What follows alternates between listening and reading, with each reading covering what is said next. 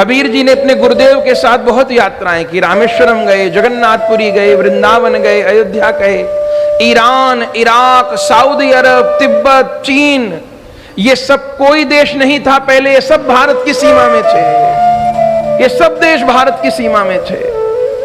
सब जगह का भ्रमण किया अपने गुरुदेव के साथ में और फिर लौट करके आए।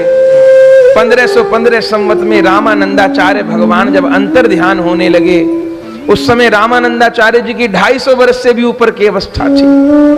नाभाजी ने लिखा है, बहुत काल वपुधार के, बहुत समय तक संसार में विराजमान रहे हैं। और जिस समय रामानंदाचार्य भगवान अंतर ध्यान होने लगे, तब उन्होंने सबसे अधिक कृपा कबीर दास जी पर ही करी। कबीर दास जी उनके निकट थे और उस समय रामानंदाचार्य जी ने अपनी जपमाला, जिसमें 1008 मन के थे, वो जपमाला श्री कबीर दास जी महाराज को प्रदान करी। और उस माला को शीश पर कबीर जी ने धारण किया और तब आशीर्वाद देकर के रामानंदाचार्य जी रामनवमी के दिन अंतर ध्यान हुए। 1256 में प्रकट भय और 1515 संवत में रामनवमी के दिन अंतर ध्यान हुए। और कबीर जी उस माला को लेकर के आए और उस माला के रूप में अपने गुरुदेव का दर्शन करते थे। कुछ समय तक वो माला कबीर चोरा में विराजमान थी। हम कथा सुनते थे, अध्ययन करते थे, तो बहुत मन में होता था कि उस माला का, उन वस्तुओं का जाके दर्शन करेंगे। तो एक बार काशी गए हुए थे किसी अवसर पे, तो कबीर चोरा गए रात के समय, वैष्णव भैया साथ थे, रात देर हो गई थी, वापस की ट्रेन थी, पर मन था कबीर चोरा होकर के आए। तो कबीर चोरा गए तो थोड़ा गली में पड़ता है कबीर चोरा स्थान, बिल्कुल अंधेरा हो गया था। दरवाजे पर पहुंचे तो मुख्य द्वार बंद हो गया था।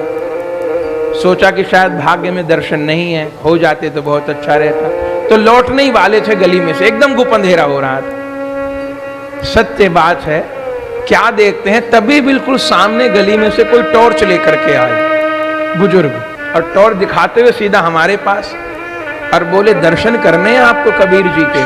मैंने कहा जी आए तो इसी आशा से। बोले चलिए।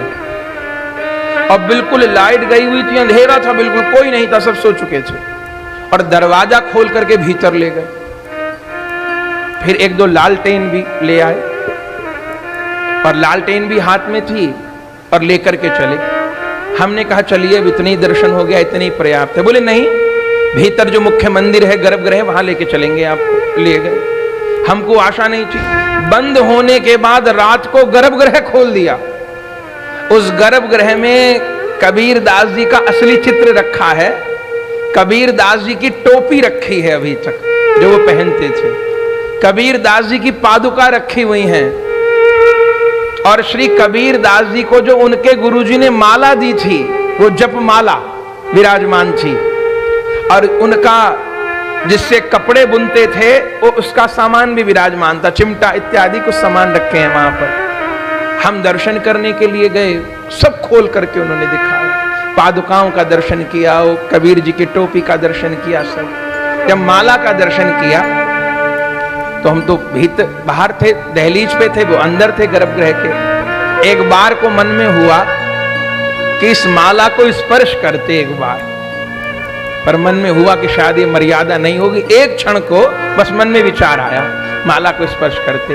भाई ये कह करके हमने दंडवत किया और उसी समय उन महात्मा ने उन माला को लेकर के, हम तो दंडवत कर रहे थे, हमारे सिर के ऊपर उस माला को रख दिया, लाकर सिर के ऊपर रख दिया। और वो जैसे ही माला स्पर्श हुई, जैसे करंट लगे व्यक्ति को, ऐसा शरीर को स्पंदन हुआ। इतना तेज उस माला में विराजमान था। तब माला को स्पर्श करके, प्रणाम करके और सब वस्तुओं को दर्शन स्मरण प्रणाम करके बाहर आ गए। बहुत आनंद प्राप्त हुआ। वे जो कोई भी थे, पर कृपा करके कबीर जी की सब वस्तु का दर्शन कराया। फिर कुछ दिन बाद पता चला कि वो माला ही चोरी हो गई।